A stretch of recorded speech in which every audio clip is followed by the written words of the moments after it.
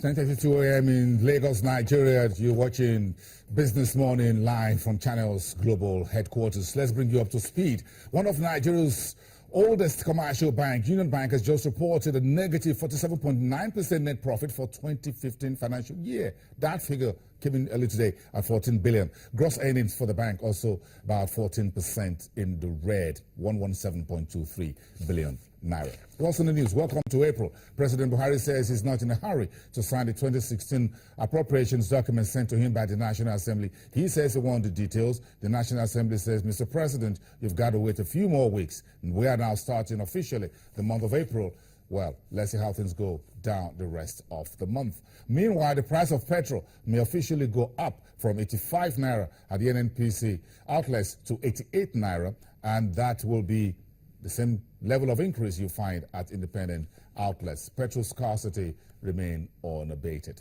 Meanwhile, the NNPC says 9 firms have submitted bids to build new co-location plants within the existing 4 refineries. That is also in the news today. That is expected to ramp up Nigeria's domestic petrol production much higher than the current levels. And the Sovereign Wealth Fund, the NSIA, has reported a positive 2015 for Nigeria's Sovereign Wealth Fund investment. Net profit for the year ended 2015 was 11.7 billion. The NSIA reported total investment securities at 164.3 billion. The government did not make any additional investment in the Sovereign Wealth Fund for the 2015. So what the NSIA was reporting, and you can find that out there, was what had been invested under the previous administration to date. So let's talk about the legislature. They are currently on break. They will be back in a couple of days. But what is the role of the legislature in the business of business and the economy? Okoyemi Agbaje is an economist and policy analyst. Is joining me live in the studio right now. Thank you. Good morning. Thank you. We appreciate your coming. So talk to us about the legislature on business and economy. What role should they really play? Well, that's a topic I've been talking about in the last few weeks. So why are you concerned about it? Why are you talking about it? Well, for many reasons. So, for instance, we started a lot of policy reforms, liberalization, deregulation, privatization. With the return to civil rule, privatization of several sectors, deregulation of telecoms. And there were many other sectors that were meant to be deregulated. So, for instance, we did reforms in the ports. We concessioned the ports. There was supposed to be a legislative framework for those reforms.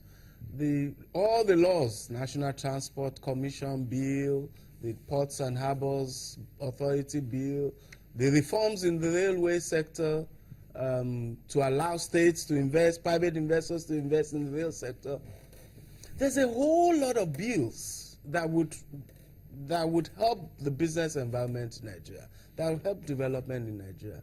Many of them are abandoned in the National Assembly since 2007. So first of all, there's a legislative role dimension to economic reform in Nigeria. There's a focus on that now in the Senate. There's an initiative from Senator Bukola Saraki and a DFID funded program that has brought some of those things to light, and now we have traction on that. Those are the kind of things that I think the National Assembly should be focusing on. The laws to reform Companies and Allied Matters Decree, which is a 1990 law that is in grave need for reform. Laws to amend the Investment and Securities Act. If you talk to the experts, there are few areas that require amendment. A competition law. If you look at all of Nigeria's, the largest economy in Africa, a big economy worldwide, 26th or so, it doesn't have laws to regulate competition. It doesn't have laws to prevent monopolies and antitrust behavior. It's a tragedy in a country that has deregulated and all of that. Now, the point I'm making is this. There's a lot. If you look at the core rules of the legislation, of the legislature, there's legislation, there's constitutional amendment in our circumstances, there's oversight and representation over the executive, and then there's appropriation. Those are the core roles of the National Assembly. I see them often instead trying to play the roles of the judiciary. So, for instance, there's a commercial dispute between two parties, let them go to court. That's not for you to set up a hearing and start trying to determine. If I saw them trying, for instance, to regulate power tariffs, contending with the NERC, which has the statutory and constitutional duty to regulate. Wale Olusi, who I see them trying to interfere in issues that are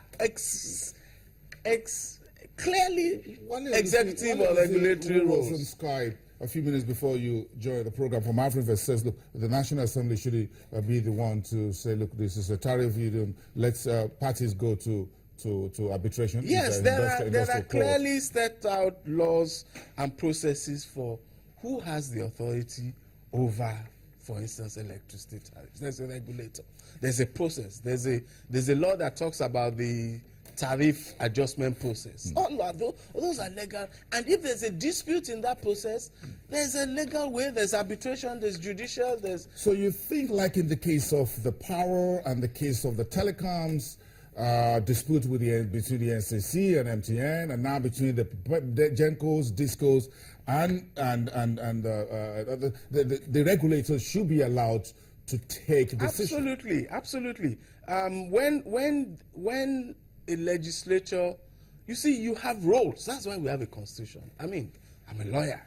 We have laws. We have the conducting of separation of powers. We have checks and balances. We have an intricately designed constitutional system. It was intricately designed because those who framed the constitution understood the need for checks and balances, for separation of power. They understood that somebody will write laws. Somebody will interpret and execute them.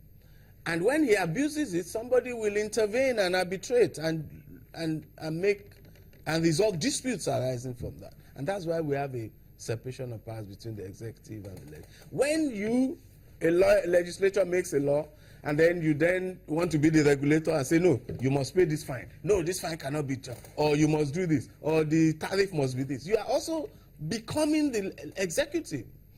And in some cases, you're actually also trying to play a judicial role of saying, if I feel that the executive has done something wrong, it's my role as a citizen or as a corporate entity to go to court, to seek a negotiation, to seek a resolution. By the time the executive the legislature then comes back in and says, no, it must stay there. You're overstepping your bounds. We do. Haven't we seen some of these scenario play out in developed economies like the US, for example? Well, yes. I mean, to be fair, there are always tensions over the separation of powers. Because the legislature are the elected representative of the people. The executive is also elected, and there are many. The executive is the head of the executive is elected. The institutions in the executive are creations of law. You've done your job. If you think there's a legal problem with the creation of a regulator, you amend their law. That's your role. You clarify the situation. The laws and rules. If you think there's an ambiguity, you amend their law. You do a public hearing, you identify a problem, you amend the law. Not stepping into Not step in and then becoming the regulator, because that's not your job. You were not elected to regulate telecom services or electricity tariffs. You were elected to make laws in relation to the running of those sectors. So I'm going to ask this question. Do you think businesses and the economy in Nigeria can actually lean on the legislature as we currently have them? I think there's an increasing recognition in business, and there should be even more recognition in business, that the business community has paid a disproportionate attention on the executive, to the neglect of the legislature, to their own peril. So one day, the executive, you sit down in a bank or in a company in Lagos thinking that you should see the minister of this or the minister of that, and then one day the legislature just comes up with the law. You didn't even know when they passed the law, establishing, for instance, a financial reporting council and giving it power to approve your annual reports. And you were not aware when that law was passed. Or passes a budget that does not provide for the things that are core to your constituency or to your business, or passes some new law or interferes in some other process that is critical, or passes, for instance, you're a CEO in a bank and then the legislature passes an arm corner and says you must pay the cost of bailouts. Of bailouts. And you were not aware. You were sitting in your bank, going to central bank every day or to Ministry of Finance. So happily again, let me refer back to that defeat-enabled project, which happily there's a structure emerging. There's increasing recognition. So there's this concept which defeat-enable and Senator Saki have created of a National Assembly Business Environment Roundtable. They held the inaugural one on the 21st of March. About 2 weeks ago. And I was at that event, and there was a growing recognition, and I'm very excited about that. So we understand that yes, the executive is critical in economic reform, but the legislature also has a critical role. And a sensible business environment, a business community that is aware of its interests, will engage with both. So you would rather say that the business community should engage, like you have in other clients, push their agenda, sectoral agenda, to the legislature. Absolutely. And said, okay, we want protection, we want stimulus, we want to pay less tax, we want tax holiday. Exactly. So reform of tax laws.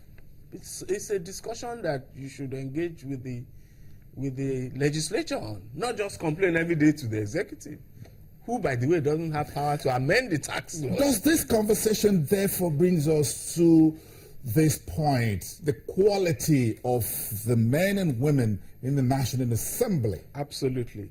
I'm going to choose my words carefully here. That's one of the, I sat down one day and I was comparing my senators in the Second Republic from one particular state with the senators in the current era. And I saw lawyers, I saw professors, I saw distinguished medical practitioners, I saw a very high profile of people fit to be ministers of the Federal Republic, fit to be, in some cases, senior advocates of Nigeria, and all of that. We've again, so it's not just the business community that has ignored the critical role of the legislature. I think it's also the entire political system.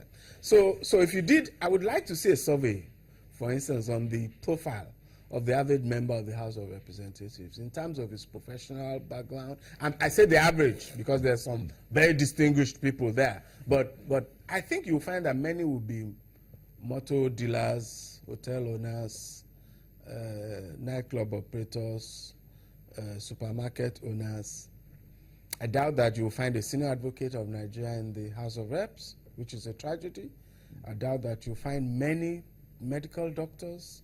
I doubt that you'll find many professional engineers, architects, distinguished professors of law, of business, of economics, of accounting in the National Assembly, particularly at the lower house. Now, that's a tragedy. It's a challenge. We should challenge our the people. That takes us to the electoral process down the line, because that's where they were elected. Unfortunately, it's supposed to take us back to the people, but it takes us back to the political leadership who selects, who de facto, let's not deceive ourselves, who de facto selects who the members of the parliaments are at state and national level.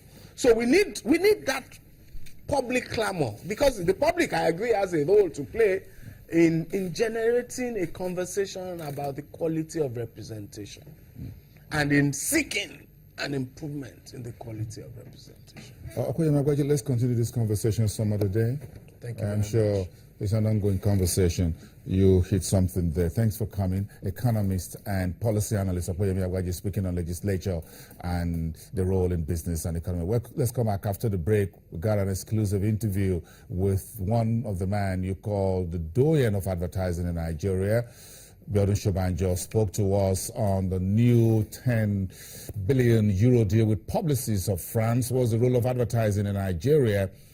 And there's a lot more in that interview we had a couple of days ago. Stick around. We'll get that to you.